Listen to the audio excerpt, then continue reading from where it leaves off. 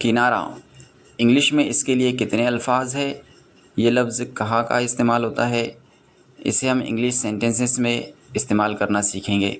अगर आप चैनल पर पहली बार आए हैं तो चैनल को ज़रूर सब्सक्राइब कर लें और साथ में बेल आइकॉन भी दबा दें ताकि हमारे आने वाली तमाम वीडियोस आपको बआसानी मिल सके।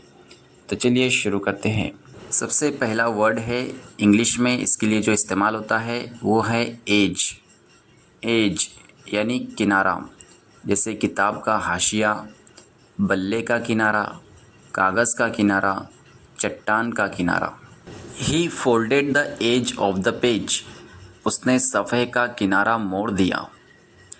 ही folded the edge of the page, उसने सफ़े का किनारा मोड़ दिया। दूसरा वर्ड है रिम।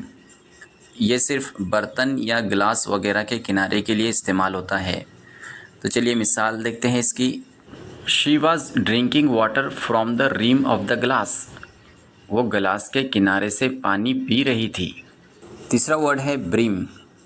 ये बर्तन या कप के किनारे के लिए इस्तेमाल होता है। The glass was full to the brim, गिलास किनारे तक भरा हुआ था। चौथा वर्ड है फ्रिंज। ये वर्ड कपड़े या पर्दों का किनारे के लिए इस्तेमाल होता है या किसी इलाके का किनारा, किसी शहर का किनारा, ये उसके लिए इस्तेमाल होता है।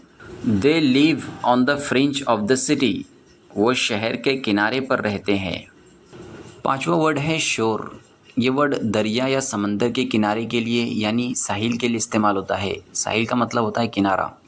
जैसे the boat reached the shore after a long journey, कश्ती तवील सफ़र के बाद साहिल पर पहुंची। बैंक, ये वर्ड दरिया, झील या नदी के किनारे के लिए इस्तेमाल होता है। The children were playing on the bank of the river, the children were playing on the bank of the river, बच्चे नदी के किनारे खेल रहे थे।